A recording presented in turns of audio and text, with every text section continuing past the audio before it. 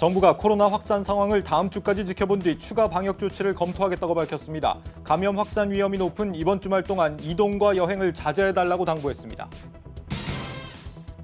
대기업들이 잇따라 바이오 기업 인수 합병에 뛰어들고 있습니다. 기술 중심의 고부가 가치 산업인 바이오 산업을 통해 새로운 성장 동력을 마련하겠다는 포석입니다. 시중은행들이 인터넷 은행과의 경쟁에서 살아남기 위해 100% 비대면 대출 경쟁에 뛰어들고 있습니다. 일반 대출은 물론 주택담보대출도 은행을 방문하지 않고 앱을 통해 간단히 받을 수 있게 됐습니다. 한국토지주택공사 LH 직원이 임대주택에 대한 안내를 잘못해 입주자가 위약금을 낼 상황에 처하자 위약금을 면제받으려면 위장 전입을 하라고 권한 사실이 포착됐습니다. 내부 통제 시스템에 심각한 문제가 있는 것 아니냐는 지적이 제기되고 있습니다. 여러분 안녕하십니까? 뉴스플러스 시작합니다. LH가 소비자에게 임대주택을 잘못 안내하고 문제가 생기자 위장 전입까지 권유한 정황이 저희 한국경제TV 취재 결과 드러났습니다. 올해 초 직원들의 땅 투기 의혹으로 홍역을 치렀던 LH. 도덕성에 대한 논란은 아직도 현재 진행형입니다. 전효성 기자입니다. 구로구에 거주하는 남모 씨는 지난해 LH 임대주택인 행복주택에 당첨됐습니다. 여기에 민영아파트 청약에도 성공한 남 씨는 입주 전 2년 동안 행복주택에 거주하려고 했습니다. LH 측에 민영아파트 청약 당첨자도 행복주택 입주가 가능하냐고 물었고 분양권은 주택으로 여기지 않아 가능하다는 답변을 들었다고 남 씨는 밝혔습니다. 때문에 남 씨는 아무런 거리낌 없이 LH 측에 계약금 2천여만 원을 보냈습니다. 그래서 거기에서 들은 답변이 아파트 지금 청약이 된 거는 분양권이지 들어갈 수가 없는 상황이니까 그 아파트에 들어갈 수 있을 때까지 행복주택에 입주를 해서 살 수 있다라는 답변을 명확하게 듣고 그런데 LH 규정상 아파트 분양권 보유자는 행복주택 계약을 맺을 수 없습니다. LH로부터 위약금을 물게 된 남 씨는 안내가 잘못됐다며 계약이 어떻게 가능했는지 이해가 안 간다고 억울함을 토로했습니다. 문제는 여기서 끝이 아닙니다. LH는 실수를 인정하는 것은 고사하고 남 씨에게 직장과 거주지를 옮길 곳이 없냐며 위장 전입을 제안했습니다. 엄연한 불법입니다. LH 해당 직원은 직장과 거주지 이전으로 인한 계약 파기는 위약금을 면제한다는 규정을 악용한 겁니다. 재직증명서랑 주소 혹시 옮기셨어요? 근데 주소는 지금 이게 뭐 당장 하기에 이게 쉽지가 않은데 뭐 저도 일단은 지금 알아는 볼 텐데 네. 이게 쉽지 않을 수도 있어요. 그거 안 되면 저번 주에 어려운데 상황이. 주소 좀 그때 된다고 하지 않았어요? 나아가 LH 측은 문제가 되는 부분은 소송으로 해결하라는 입장만 반복했습니다. 소송이 제일 편한 방법이긴 해요, 저희는 솔직히. 근데 이긴다는 보장이 없으시니까 그거는 모르겠어요, 저도. 남 씨는 LH의 이 같은 업무 처리가 납득이 가지 않는다는 입장입니다. 부동산 법 자체가 굉장히 많이 바뀌어 왔기 때문에 LH에 있는 직원들도 헷갈려서 실수를 할 수 있다고 생각을 해요. 근데 이 크지 않은 금액을 물어주는 과정을 본인들의 실수를 인정하기 싫었던 건지 위장 전입을 권유한다. 저는 그 일 처리하는 태도나 그 과정 자체가 이해가 되지 않았어요. 이 같은 위장 전입 종용 의혹에 대해 LH 측에 입장을 물었지만 해당 관계자와 담당 부서는 별다른 해명을 내놓지 않았습니다. 한국경제TV 전유성입니다. 시중은행들이 주택담보대출을 완전 비대면으로 받을 수 있는 서비스를 속속 내놓고 있습니다. 인터넷은행 카카오뱅크와의 경쟁에서 살아남기 위한 조치인데 하지만 여전히 일부 경우에서는 비대면 구현이 쉽지 않은 상황입니다. 전민정 기자입니다. 우리은행 앱의 주택담보대출 모바일 신청 화면입니다. 영업점 방문 없이 스마트폰을 통해 소득과 주택 시세 등을 입력하면 대출 한도와 금리 조회, 대출 실행까지 진행할 수 있습니다. 신규 주택 구입 대출은 물론 생활 안정자금을 마련하기 위한 주택담보대출, 대환대출까지 비대면으로 가능합니다. 2019년 KB국민은행을 시작으로 비대면 주담대 시장에 진출한 시중은행들은 이제 모든 절차가 100% 비대면으로 진행되는 완전 비대면 상품 출시에 열을 올리고 있습니다. 올 상반기 경영실적 컨퍼런스 콜을 통해 신한은행은 다음 달 완전 비대면 주담대 상품을 선보이겠다는 계획을 공개했으며 KB금융 역시 하반기 앱을 리뉴얼하면서 공동명의와 타행 대환 등도 비대면으로 구현할 수 있도록 주담대 프로세스를 보완하겠다고 밝혔습니다. 특히 카카오뱅크가 올해 중으로 100% 비대면 주담대를 내놓겠다고 예고하면서 주력 상품의 주도권을 뺏기지 않기 위한 시중은행들의 상품 차별화 경쟁은 더욱 치열해질 것이라는 전망입니다. 하지만 은행들이 넘어야 할 산은 아직 많습니다. 소유권을 이전하거나 근저당을 설정할 때 필요한 등기 업무를 처리하기 위해선 은행의 법무 대리인이 직접 부동산을 찾아가야 하고 실제 담보 설정 등 거래 과정에서 비대면이 어려운 예외적인 상황도 발생할 수 있습니다. 매도인도 한 명, 매수인도 한 명, 잔금도 한 날짜에 치러지게 되는 거고 중도금이 있지도 않고 그런 경우에만 비대면 주담대가 되는 거지. 중간에 매도인과 매수인이 중도금이라는 걸 설정을 하고 매도인이 근저당권을 설정을 해줘야 되는 복잡한 케이스들이 비대면으로 구현하기는 그 누구도 해야지. 대출 갈아타기가 쉽지 않다는 점도 한계로 꼽힙니다. 우리은행의 경우 비대면 채널에서 전자서명만으로 대환 대출이 가능하도록 전자상환 위임장 시스템을 자체 구축했지만 다른 은행에서 그 위임장을 받아줘야 효력이 생깁니다. 올 상반기 시중은행 신용대출, 적립식 예금 상품의 비대면 거래 비중은 80%에 달하는 상황. 주담대의 비대면 비즈니스에서도 차별화된 경쟁력을 확보하기 위한 은행들의 디지털 혁신은 계속될 것으로 보입니다. 한국경제TV 전민정입니다. 그간 기업 공개 시장에서 존재감이 크지 않던 KB증권이 약진하고 있습니다. 조 단위 규모의 대형 IPO 거래에 속속 이름을 올리고 있는데 관련 인력과 조직을 보강하고 그룹 계열사 간 협력을 강화하면서 성과를 거뒀다는 분석입니다. 정경준 기자입니다. 다음 달 6일 유가증권 시장 상장을 앞둔 카카오뱅크. 공모 규모만 2조 5천억 원이 넘는데 KB증권이 IPO를 대표 주관했습니다. 그간 국내 IPO 시장에서 존재감이 없었던 KB증권인 만큼 대형 IP 주관을 위한 실무 능력에 대한 우려감이 적지 않았던 게 사실. 그러나 최근에는 상황이 확 달라졌습니다. 공모가를 둘러싼 논란에 더해 중복 청약이 금지된 와중에도 투자자들의 역대급 관심을 끌어모았습니다. 게다가 KB증권은 연내 IPO가 예정된 또 다른 대여급의 상장 주관에도 이름을 올리고 있습니다. KB증권은 LG에너지솔루션을 비롯해 현대중공업, 롯데렌탈 등의 공동대표 또는 주관회사로 참여할 예정입니다. 특히 LG에너지솔루션은 올해 역대급 IPO 기업으로 기대되는데 공모 규모만 최소 10조 원에 달할 것으로 예상되고 있습니다. KB증권이 대형 IPO 주관 실무 능력에 대한 재평가를 받고 있다는 게 시장의 평가입니다. 이처럼 KB증권이 IPO 시장에 신흥 강자로 떠오른 데에는 IPO 강화를 위한 업종별 전문 조직 구성과 금융그룹 계열사 간 협업체계 구축 등이 주요했다는 분석입니다. 먼저 IPO 조직을 일반 제조와 바이오, IT 서비스 등 업종별 전문 조직으로 운영하면서 기업 특성에 맞는 가치 평가 모델을 개발해 제공하는 한편 KB금융그룹 전 계열사 간 유기적인 협력 체제를 꾸렸습니다. 특히 IPO 관련 담당 조직도 업계 최초로 4개 부서 체제로 확대 개편하면서 관련 인원도 보강했습니다.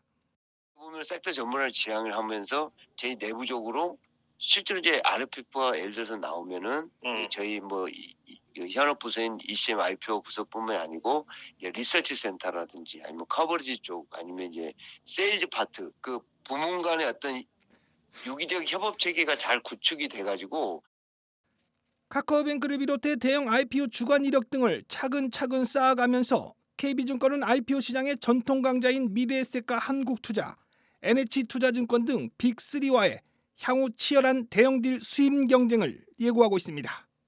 한국경제TV 정경준입니다.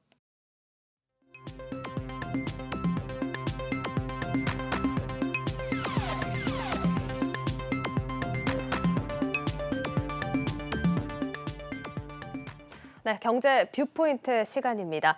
200대 1, 엊그제였습니다. 지난 28일 1순위 청약을 받은 세종시 한 아파트의 평균 경쟁률입니다. 1,100여 가구 모집에 22만 명이나 몰린 거죠. 공교롭게도 이날은 정부가 부동산 시장 안정을 위해서 대국민 담화를 발표하면서 집값 하락을 경고한 날이기도 합니다.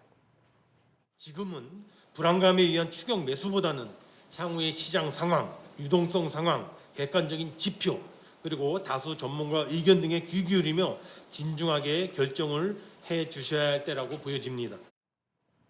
예, 정부의 부동산 정책에 대한 신뢰가 얼마나 떨어졌는지를 보여주는 상징적인 장면이다. 이런 얘기까지 나오고 있는데요. 오늘 경제 뷰포인트 시간에서는 정부의 부동산 담화 이후 계속되는 여진이라는 주제로 이야기 나눠보도록 하겠습니다. 세종시 주재 조현석 기자 연결이 되어 있습니다. 예, 조 기자, 지금 대국민 담화 이후 알맹이 빠진 대책이다. 비판 여론이 좀 계속해서 나오고 있는 상황인데요. 정부 내에서도 비슷한 반응들이 나오고 있다고요? 네, 이번 부동산 담화는 정부 입장에서 보면 일종의 고육지책 성격이 짙었습니다. 집값 급등으로 국민들의 불안감과 불만이 커지는 상황에서 아무것도 안 할 수는 없고 그렇다고 시원한 대책도 없으니 호소라도 해서 집값 상승을 막아보자는 거였죠. 그래서 발표 이전부터 정부 내에서도 굳이 해야 하느냐 이런 기류가 감지되기도 했었는데 앞서도 전해드린 대로 청와대로부터 이런저런 시그널도 있었지만 아무튼 외견상으론 홍남기 부총리의 결단으로 결국 담화가 진행됐습니다. 하지만 담화 이후에 대책 없이 경고만 남발했다. 26번째 부동산 대책은 읍소냐 예상했던 대로 여론이 싸늘해졌습니다. 그러자 정부 내에서도 시기나 내용상 부적절한 담화였다. 안 해도 될 걸 왜 해서 여론의 반발을 사느냐. 안타깝다. 이런 부정적인 반응들이 주를 이루고 있습니다. 예, 그리고 이번 담화에서 한 가지 더 살펴봐야 하는 부분이 정부가 제시한 집값 하락의 근거를 놓고도 좀 비슷한 논란이 불거지고 있지 않습니까?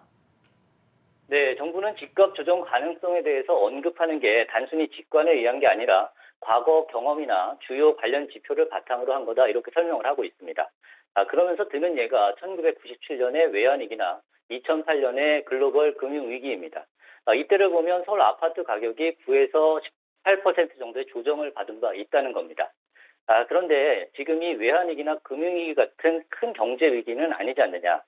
그러면 조만간 이 같은 위기가 우리 경제에 닥친다는 얘기냐. 이런 반론이 즉각적으로 제기됐습니다.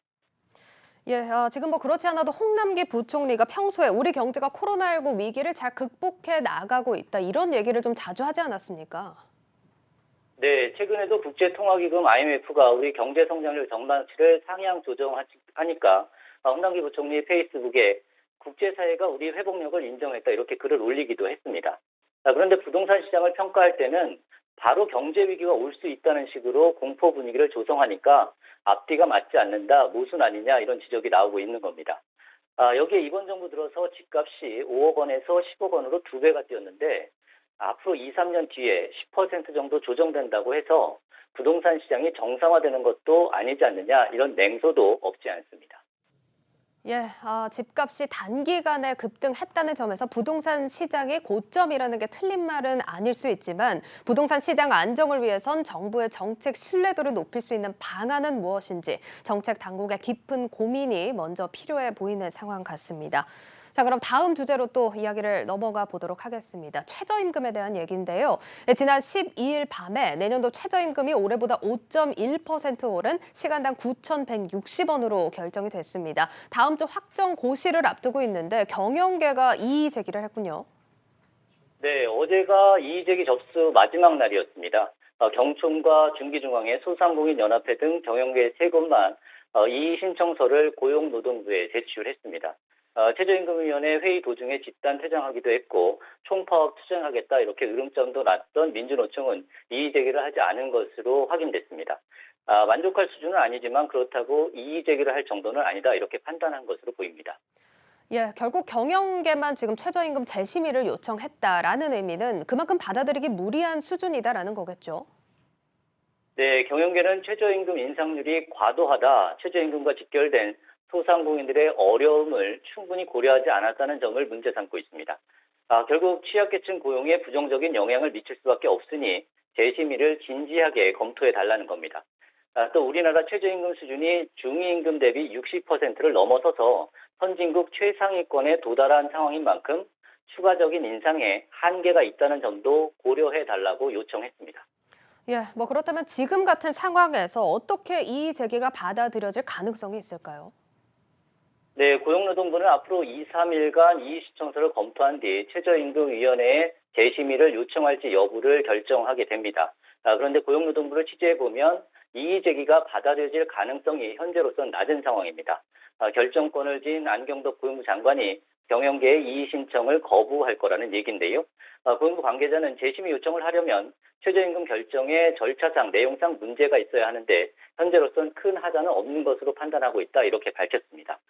고용부가 이의 제기를 받아들이지 않으면 최저임금은 8월 5일에 확정고시 되게 됩니다. 예, 사실 뭐 그렇다고 하더라도 지금 최저임금 결정이 7월 12일 밤에 됐고요. 코로나19 4차 대유행 이전이었습니다. 그렇기 때문에 4차 대유행으로 인해서 경제 불확실성이 이렇게 커진 만큼 이 상황을 반영할 필요도 있다, 이런 견해도 나오고 있지 않습니까? 네, 내년도 최저임금은 경제 성장률 평균치 4%와 물가 상승률 1.8%를 합하고 취업자 증가율 0.7%를 빼서 5.1%를 산출했습니다. 그런데 아시다시피 최저임금이 결정된 이후에 이달 중순부터 시작된 4차 대유행으로 경제의 불확실성이 커진 상황입니다. 실제 어제와 오늘 발표된 소비자와 기업 심리 지표는 일제히 위축된 모습을 보였습니다. 특히 최저임금과 직결된 자영업자와 소상공인들은 거리두기 강화 조치로 직격탄을 맞은 상황입니다. 때문에 이를 반영해서 최저임금을 재심의해야 된다, 이런 목소리가 커지고 있지만 고용부는 그동안 재심의가 한 차례도 없었던 기존 관행에 더 무게를 두는 모양새입니다. 실제 최저임금 제도가 도입된 1988년 이후에 이번까지 18년 동안 이의제기가 있었지만 한 차례도 번복된 사례는 없습니다. 고용부 장관이 재심의를 요청한다는 건 이런 오랜 관행을 깬다는 건데, 전통관료 출신인 고용부 장관에게 이런 결단을 기대하는 건 애초부터 무리일 거다라는 해석도 나오고 있습니다. 이래저래 최저임금을 둘러싼 사회적 갈등은 이어질 수밖에 없을 것으로 보입니다. 예, 경제 뷰포인트 오늘 여기까지 듣도록 하겠습니다. 세종시 주재 조현석 기자와 함께했습니다. 조 기자 잘 들었습니다.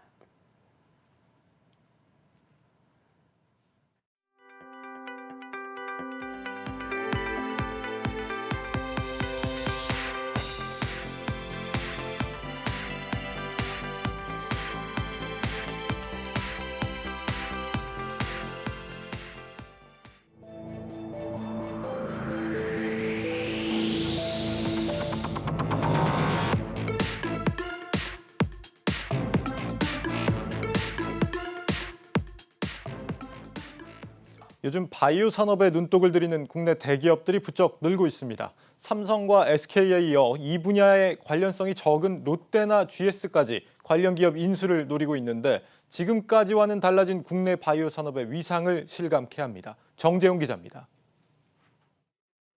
대기업들의 성장 동력과 미래 성장에 있어 바이오와 신약 산업은 고민이 컸던 부분입니다.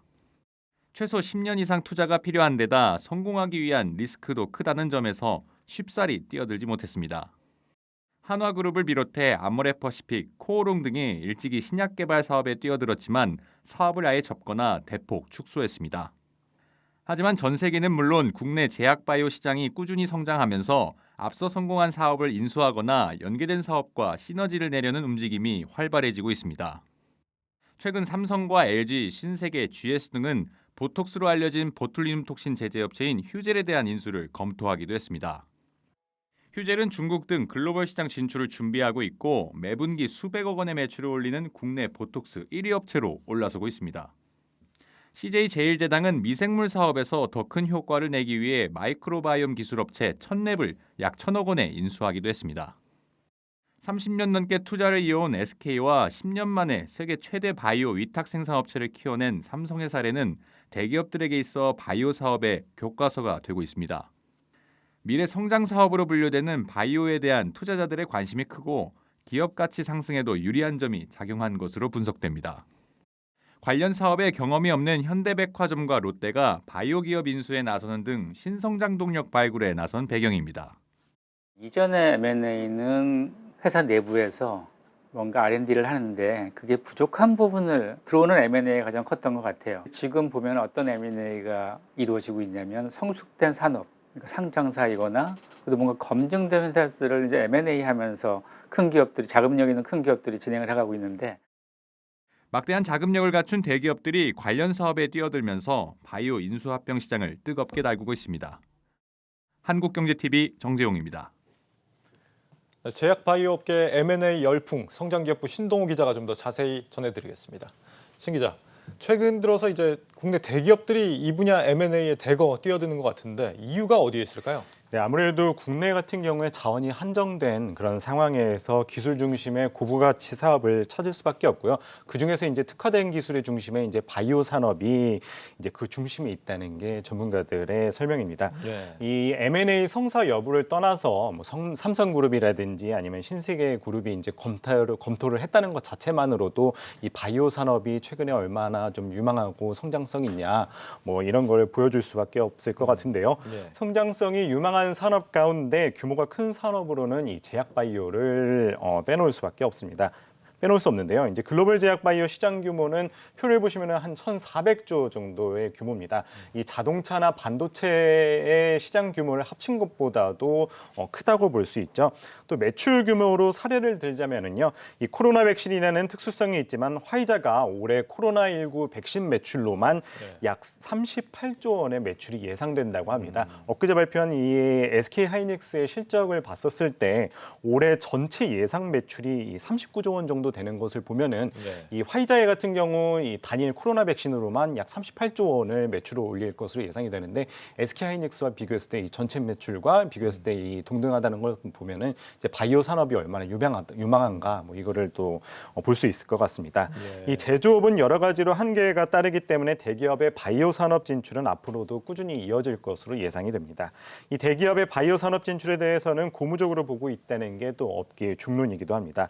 이 개발 단계에서 이 막대한 자금과 시간이 들어가는 산업 특성상 이 거대 자금을 보유하고 있는 대기업이 이제 직접 진출을 하게 된다면 안정적인 연구를 이어갈 수 있을 뿐만이 아니라 대기업이 보유한 다양한 인적, 물적 자원으로 이 바이오 기업들을 이제 지원하지 않을까 뭐 그런 전문가들의 또 설명이 나오고 있습니다. 그러니까 이제 기존 제조업 분야가 성장의 한계를 맞으면서 고부가가치 산업이라고 할 수 있는 바이오 쪽에 뛰어든 게 있는 거고. 그리고 그 중에서도 이제 직접 키우는 게 아니고 굳이 M&A를 선택하는 건 이 분야가 워낙 좀 키워가는데 시간이 오래 걸리고 그런 측면이 좀 영향이 그렇죠. 아무래도 또 돈이 상당히 많이 들고 또 신약을 개발하는 데 있어서도 워낙 또 오랜 시간이 걸리기 때문에 차라리 어느 정도 좀 인프라를 가지고 있는 기업들을 이제 인수를 함으로써 좀 더 이 개발하는 데 있어서 그렇죠. 좀 더 쉽게 다가갈 수 있지 않나 뭐 그런 전문가들이 분석하고 있습니다. 제약 바이오 업체들 입장에서도 이런 대기업들의 러브콜을 굉장히 좀 반길만 하다라고 하는데 뭐 어떤 점이 좀 도움이 되는 걸까요? 글쎄요, 아무래도 이 제약 바이오가 이 대기업들이 이제 대규모 자금이 들어오다 보면은 이 안정적인 자금이 들어오니까 뭐 이 국내 이 중견기업들 같은 경우에도 당연히 뭐 자금이 들어오면 개발할 수 있는 그런 범위가 넓어지고 또 인적, 물적 자원들이 이제 들어오다 보니까 또 같이 이제 시너지 효과가 날 수 있다. 뭐 이렇게 말씀드릴 수 있을 것 같은데요. 이 인수 합병 같은 경우에 이 국내 제약 바이오 업계의 이 아킬레스건이라고 할 수 있는 규모의 경제를 이룰 수 있는 방안이기도 또 합니다. 이 우리나라가 제약 바이오 강국으로 성장하는데 가장 큰 걸림돌이 아마 이 글로벌 빅파마와 비교를 했을 때 이제 규모가 작다는 점인데요. 이 최근 들어서 이 매출 1조 원이 넘는 회사가 늘고 있지만 실질적으로 보면은 글로벌 빅파마의 연구 개발이나 투자나 임상 비용을 감당할 수준이 안 돼 대기업 주도의 인수 합병이 또 시급한 상황입니다. 실제로 이 세계적으로 유명한 제약사인 화이자의 경우에 이 한 해의 연구 개발비가 약 10조 원에 달한다고 하는데요. 이에 반해서 국내에 상장된 이 제약 바이오 기업들에 다 합쳐서 전체 연구 개발비와 이제 비교한다면 이 3분의 1 수준밖에 안 된다고 합니다. 때문에 대기업들의 M&A가 이어지면서 이제 제약 바이오 기업 인수는 선택이 아닌 필수다. 뭐 이런 말도 나오기도 합니다. 글로벌 빅파마가 글로벌 제약사 말하는 거죠? 네. 알겠습니다. 이번 기회에 우리 이제 바이오 산업들도 굉장히 한 단계 또 성장할 수 있겠다 이런 생각도 들긴 하는데 해외의 경우도 그렇다면 이런 식으로 M&A를 하는 형태로 성장을 하는 경우가 많나요? 네, 맞습니다. 뭐 최근 이 코로나 백신으로 유명해진 이 글로벌 제약사 화이자 같은 경우에도 이 여러 번의 M&A를 통해서 지금의 이 입지를 다졌다고 말씀드릴 수 있을 것 같은데요.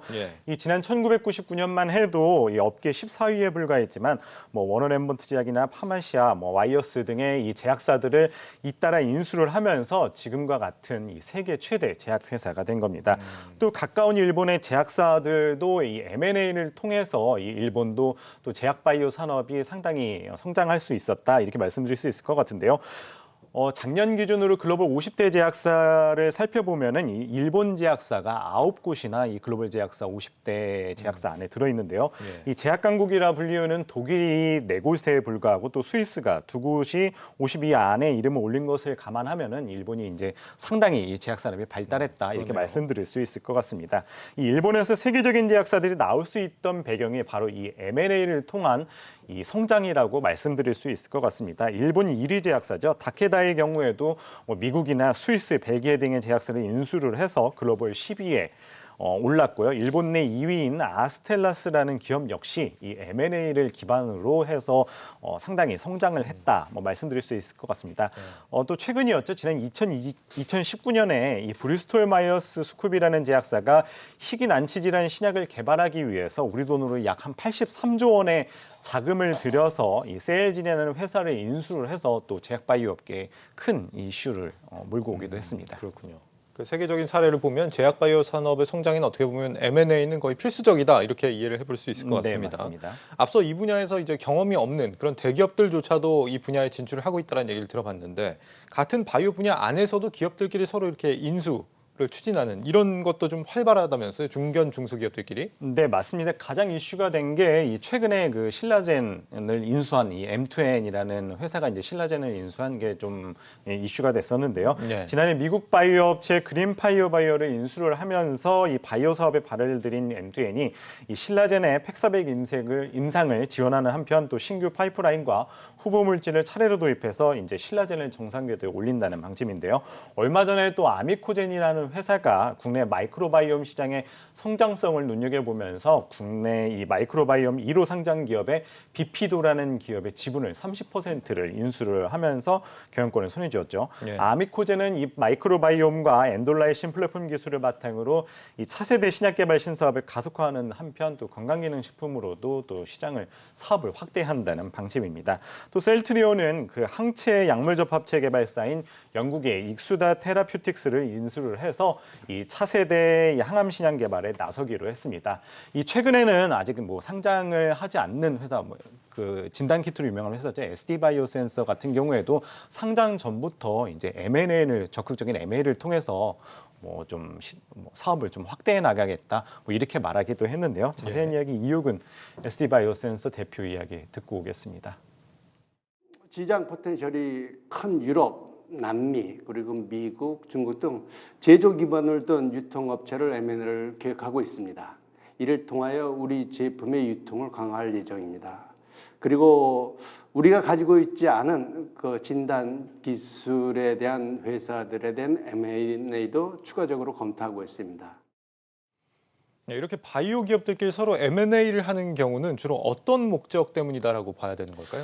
네, 대기업들이 인수를 한 거는 아무래도 미래 성장 동력 확보나 미래 먹거리 확보를 위해서 이제 바이오 기업들이 인수를 했다면은요. 이 중견 기업들 같은 경우에는 아까 처음에도 말씀드렸다시피 신약 개발을 하는 데 있어서는 시간이 이제 많이 들기도 하고 또 개발하는데 아무래도 한계점이 있는 게 사실인데요. 그렇기 때문에 이제 중견 기업들의 M&A가 이루어지는 것은 크게 두 가지로 좀 말씀드릴 수 있을 것 같습니다. 이 신약 개발 기술을 가속화하고 또 글로벌 시장을 진출하는 데 있어서 좀 더 원활하게 나갈 수 있게 도와주기 위해서 M&A가 이루어진다 이렇게 말씀드릴 수 있을 것 같은데요. 신약 개발은 오래 걸리면서 또 막대한 비용까지 들고 성공 또한 이제 장담할 수가 없기 때문입니다.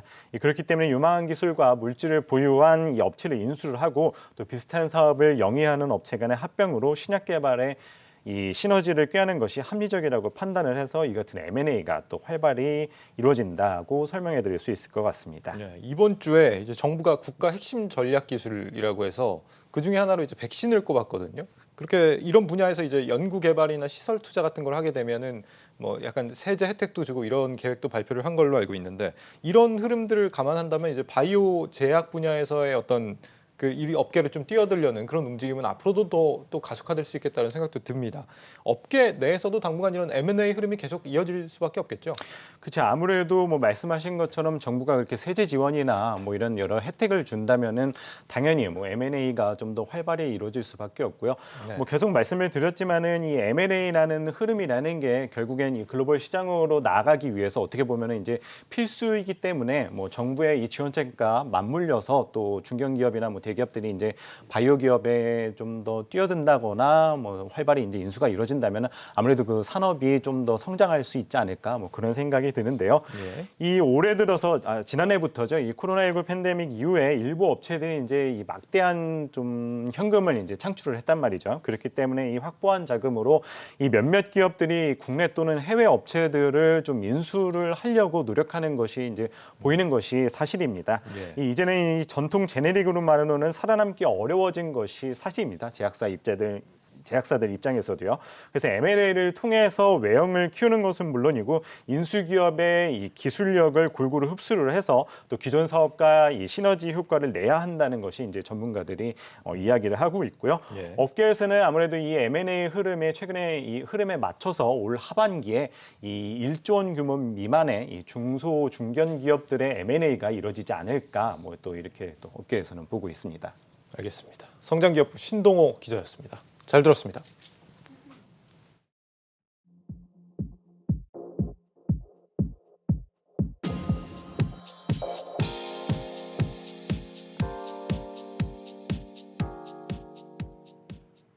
기업 회생 절차를 밟고 있는 쌍용차의 새 주인을 찾기 위한 인수 의향서 접수가 조금 전 마감됐습니다. 인수 의사를 밝힌 곳들이 대거 등장하면서 일단 인수 전에 첫 단추를 성공적으로 깼다는 소식입니다. 취재기자 연결해 직접 들어보겠습니다. 임원식 기자. 네. 쌍용차 인수전이 예상보다 흥행하는 듯한 분위기입니다. 네, 그렇습니다. 약 1시간 30분 전에 마감된 인수 의향서 접수에는 모두 4곳의 기업이 참여한 것으로 알려져 있는데요. 미국 카디널 원 모터스를 비롯해 국내 전기버스 회사인 에디슨 모터스와 전기 스쿠터 업체 K-팝 모터스, 그리고 SM 그룹입니다. 이 카디널 원 모터스는 쌍용차에서 만든 차량을 이 미국에 팔겠다며 지난해 말부터 쌍용차 인수 의사를 내비쳤던 곳이죠. HAAH 오토모티브의 듀크 힐 창업자가 최근 쌍용차 인수를 목적으로 세운 법인입니다. 쌍용차 인수 의사를 공공연하게 밝혀왔던 에디슨 모터스의 경우 컨소시엄을 꾸려서 참여했는데요. 인수자금 확보를 위해서 사모펀드 운용사인 키스톤 PE를 비롯한 외부 투자자들과 손을 잡았습니다. 가장 관심을 받은 곳은 이 11년 만에 쌍용차 인수에 재도전하는 SM그룹입니다. 이 삼라건설을 모태로 건설업을 비롯해 금융과 물류, 제조업을 영위하는 곳인데 10조 원을 훌쩍 넘는 자산에 재계순위 38위의 기업으로 보유하고 있는 현금 또한 풍부한 것으로 알려졌습니다. 외부 자금 유입 없이 자체 보유 자금으로 쌍용차 인수를 추진하겠다고 밝힐 정도인데요. 과거 대한해운과 SM상선, 남선알미늄, SM 우방과 경남기업 등을 잇따라 사들이면서 그룹의 수장인 우호연 회장이 인수 합병의 달인으로 불릴 만큼 M&A 업계에서 유명한 곳이기도 합니다. 자동차 범퍼와 와이퍼를 만드는 기존 자동차 부품 계열사에 이 쌍용차를 더해서 앞으로 전기차 사업에 진출하겠다는 계획입니다. 그럼 이번 쌍용차 인수전의 관전 포인트는 뭐가 될지, 그리고 앞으로의 일정까지 함께 설명해 주시죠. 네, 이 쌍용차의 최종 주인이 되려면은 결국 인수 자금을 확보할 수 있느냐가 가장 관건이 될 전망인데요. 당장 쌍용차 인수에만 약 1조 원 안팎의 자금이 필요할 것으로 보입니다. 그리고 인수 이후 이 경영 정상화까지 2, 3조 원이 더 들 것으로 예상됩니다. 오늘 인수 의향서를 낸 후보들 또한 이 점을 잘 알고 있을 것으로 보이는데요. 그래서 이번 쌍용차 인수전이 그나마 자금 사정이 나은 편인 카디널 원 모터스와 에디슨 모터스, SM그룹의 3파전이 되지 않겠느냐는 시각이 팽배합니다. 일단 이 새 주인 찾기의 첫 관문인 인수 의향서 접수를 성공적으로 마친 만큼 쌍용차는 예정대로 다음 달 예비 실사를 거쳐 오는 9월 우선 협상 대상자를 선정할 계획입니다. 지금까지 보도본부에서 한국경제TV 임원식입니다. 정부가 18세에서 49세 연령층에 대한 8월 백신 접종 계획을 발표했습니다. 예약 대상자들은 분산시키기 위해 정부는 이번에 백신 예약을 주민등록상 생일 끝자리에 따른 10부제 시스템을 도입했습니다. 김선엽 기자입니다.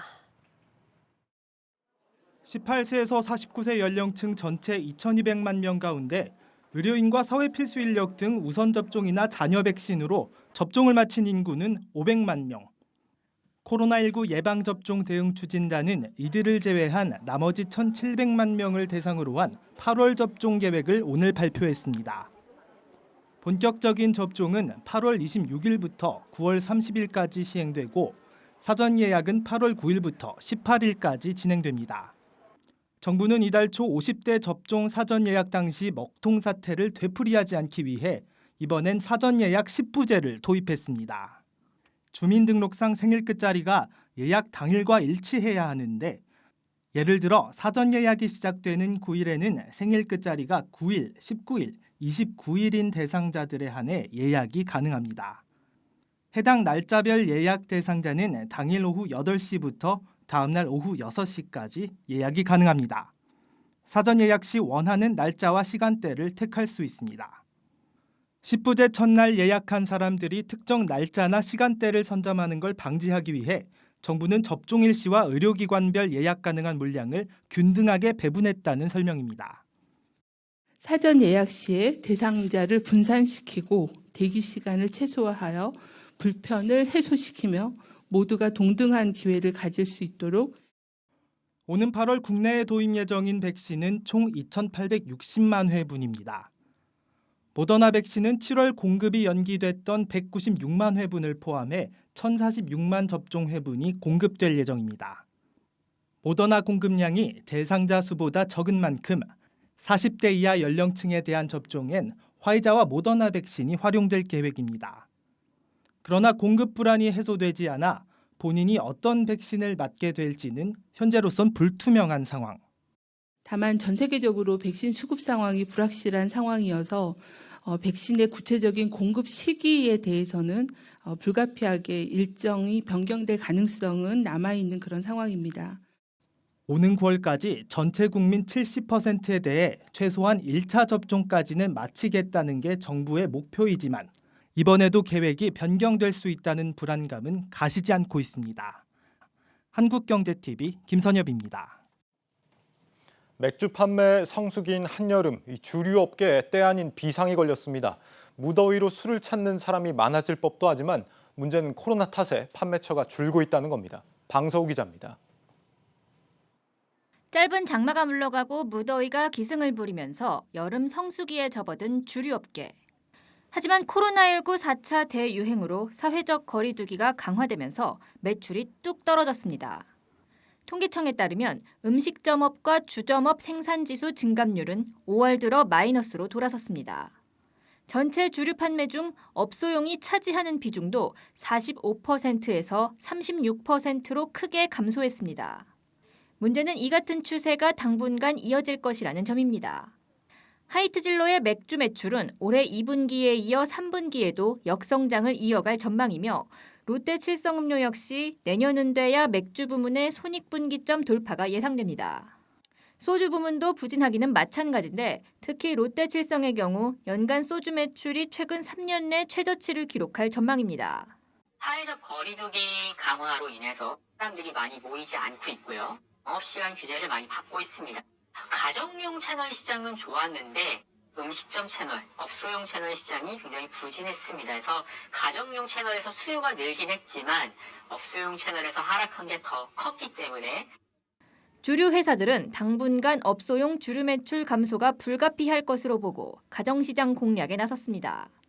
하이트진로는 자사 대표 브랜드인 테라의 500ml 캔 제품 출고가를 인하했고 오비맥주도 한 맥에 500ml 캔 제품 가격을 내렸습니다.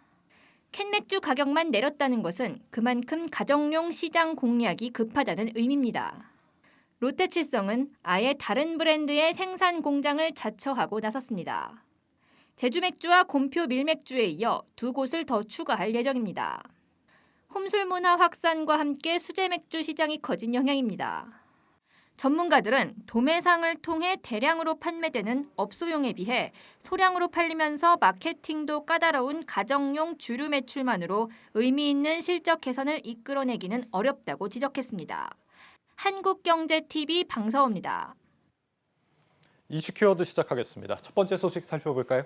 첫 번째 키워드입니다. 보여주시죠. 배달비 속속 인상입니다. 지금 코로나 시국에 우리 시민들의 식생활을 책임지고 있었던 배달 서비스가 앞으로 더 비싸질 전망입니다. 네. 업계에 따르면 서울의 대형 배달 대행 업체들이 이 배달 기본료를 인상하는 방안을 추진하고 있습니다. 이미 서울 광진구의 일부 배달 대행 업체는 올 하반기 배달 비용을 인상할 계획이라고 식당들에 통지를 했고, 관악구의 한 배달 업체 역시 기본료를 최근 3,000원에서 4,000원으로 올렸습니다. 보통 배달비는 기본이 한 3, 4천 원 정도 되고 거리가 늘어나면 더 비싸지기도 하는데 이걸 식당 주인과 소비자가 나눠서 내는 형식입니다. 배달비가 오른다는 건 음식점 사장님의 부담이 늘어나거나 혹은 소비자의 부담이 늘어나거나 하는 결과로 이어질 수밖에 없습니다. 왜 갑자기 인상을 추진하는 걸까요? 사실 여러 가지 이유들이 거론이 되고 있지만 우선적으로 얘기가 나오는 게 내년부터 배달 라이더들이 산재보험과 고용보험에 의무적으로 가입을 해야 한다는 겁니다.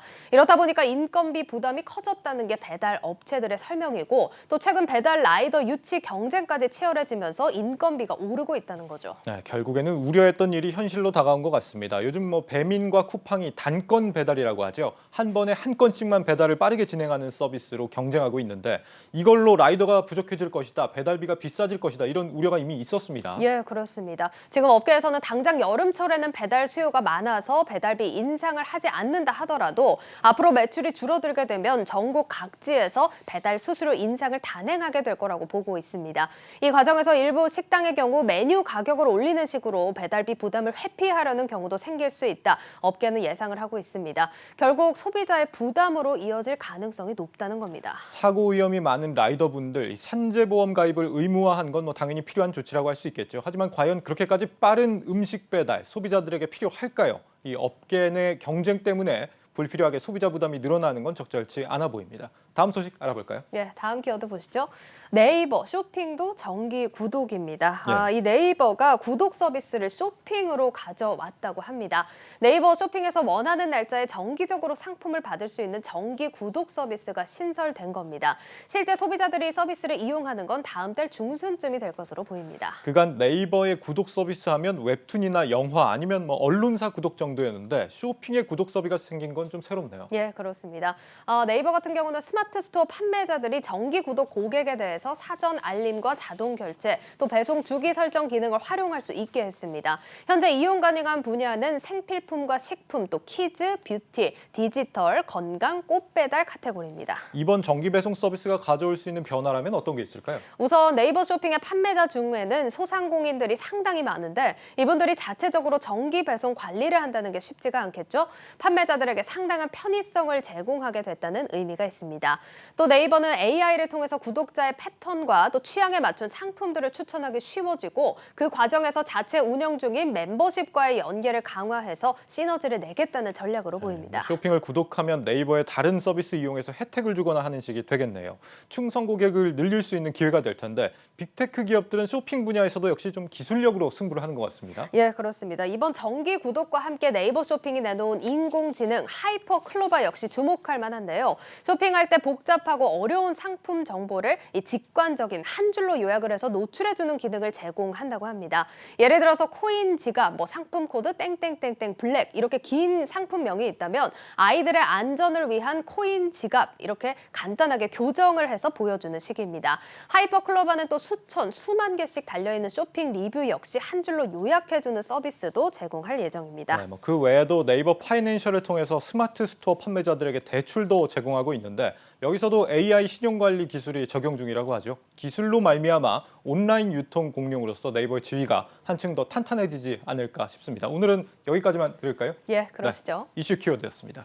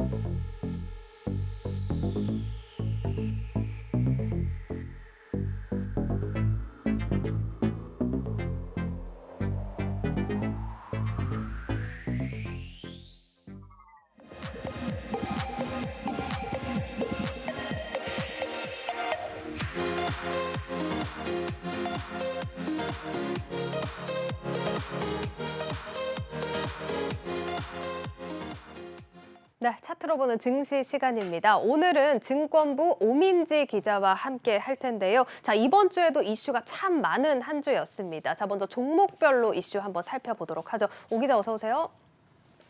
자, 이번 주 시장 좀 종목별로 보면 특히 IPO 관련주들이 눈에 많이 띄는 한 주였습니다. 네, 특히 이번 주는요, IPO가 정말 주인공이었다고도 할 수 있겠습니다.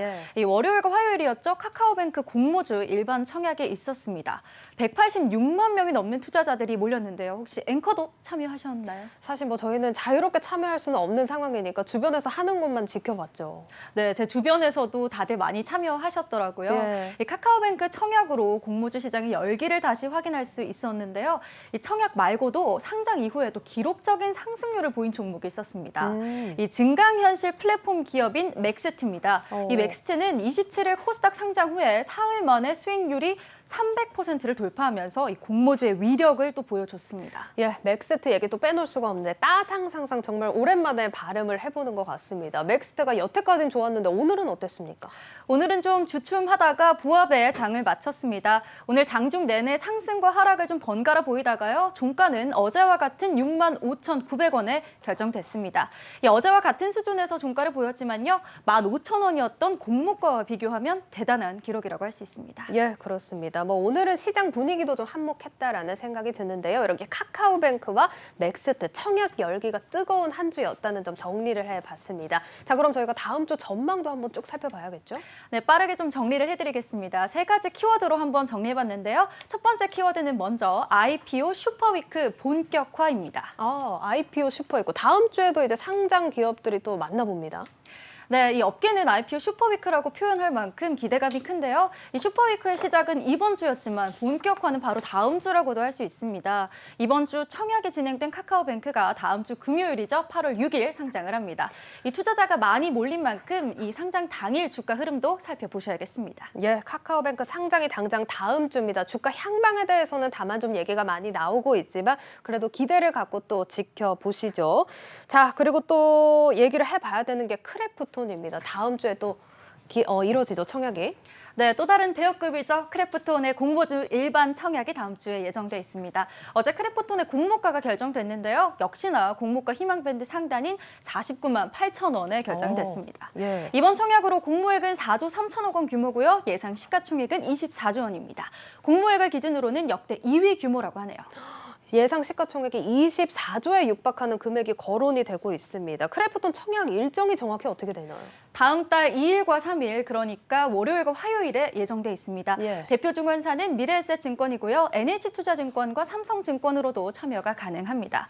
특히 크래프톤은 중복 청약이 가능한 마지막 대여급 IPO라는 점도 참고하시면 좋겠고요. 다음 주에는 이 원티드랩, 플래티어, 엠로, 한컴라이프케어, 딥노이드 등의 일반 청약도 예정돼 있습니다. 다음 주만 무려 6개나 청약이 예정돼 있습니다. 예, 지금 뭐 표에 보시듯이 원티드랩, 엠로까지 저희 방송에서 한 번쯤 다룬 기업들인데요. 정리를 쭉 해보시면 좋을 것 같다는 생각이 듭니다. 자, 그럼 다음 주는 어떤 점에 주목을 해봐야 될까요? 다음으로는 세 가지 지표를 좀 강조하고 싶습니다. 예. 두 번째 키워드로 준비해봤는데요. 세 가지만 있는 건 아니고요. 또 저희가 중요하게 살펴봐야 할 세 가지를 좀 꼽아봤습니다. 예. 이 매월 첫 주에는 지표들이 많이 발표됩니다. 다음 주가 첫째 주다 보니까 오늘 좀 지표를 강조하게 됐습니다. 예, 벌써 다음 주가 또 8월에 접어듭니다. 세 가지 지표 그럼 살펴볼까요? 먼저 이번 주 주말에 발표되는 한국의 7월 수출입 동향 살펴보셔야 되겠습니다. 예. 이 수출입 동향은 우리 국내 경기와 직접적인 영향을 미치기 때문에요. 특히나 살펴보셔야 되고요. 다음으로 살펴보실 종목은 미국의 제조업 지표를 함께 보셔야 합니다. 또 다음 금요일이죠. 미국의 고용보고서가 나오는데요. 이 지표들 모두 경기와 함께 연관되어 있는 지표들이다 보니까 확인하셔야겠습니다. 예, 정말 굵직한 지표들 많이 나오고 있습니다. 지금 제조랑 고용이 또 한 주에 같이 발표가 되는 상황인데요. 증시 변동성에도 각별하게 유의를 하시면 좋을 것 같습니다. 자, 그리고 2분기 실적 발표도 지금 계속해서 이어지고 있지 않습니까? 2분기 실적 발표도 굵직굵직한 기업이 예정돼 있습니다. 다음 주에는 알리바바와 우버, GM, 모더나 등이 있고요. 그 이후에는 쿠팡, 디즈니, 에어비앤비 에어비앤비 등의 발표가 있으니까요. 참고하시면 좋겠습니다. 또 이후에는 피크아웃이 올 수 있으니까요. 조정에 대한 대비도 함께 하셔야겠습니다. 예, 실적 발표 후에 피크아웃에 대한 우려는 좀 계속해서 나오는 이야기인 것 같습니다. 지표와 더불어서 실적까지 좀 챙겨보시는 한 주가 돼야겠습니다. 자, 그럼 다음 키워드 살펴볼까요? 네, 마지막 키워드는요. 델타 변이 조심 또 조심입니다. 예, 그렇습니다. 지금 확산세가 좀 줄어들지 않아서 걱정인데 다음 주에도 영향을 미칠 수 있겠네요. 네, 국내외 상황이 다 안 좋습니다. 국내도 수도권 거리두기 4단계를 진행하고 있지만 확진자가 계속해서 많이 나오고 있죠. 이 해외도 마찬가지인데요. 이런 해외 우려 상황에서도 글로벌 시장이 국내 경기가 좀 침체될 조짐을 보이고 있기 때문에 국내 증시에 대한 우려감도 큽니다. 이 전문가 역시도 델타 변이가 가장 큰 우려감이라고 얘기했는데요. 함께 전문가 의견 들어보겠습니다. 델타 변이 계속해서 문제가 되고 있고, 이거는 글로벌 펀드 매니저 서베이를 최근 거 종합해 봐도 델타 변이가 잠재적으로 시장의 하방 압력을 만들어낼 수 있는 큰 위험이라는 거의 상위 답변으로 올라오긴 했었어요. 그래서 시장 전체적인 방향성도 이번 주랑 비슷하게 한 2, 3일 올랐다, 2, 3일 빠졌다, 약간 이런 박스권 이 정도 흐름으로 예상을 하고 있어요. 예, 박스권 흐름이 예상되는 우리 증시 다음 주 전망까지 세세하게 살펴봤습니다. 지금까지 증권부 오민지 기자와 함께했습니다. 잘 들었습니다.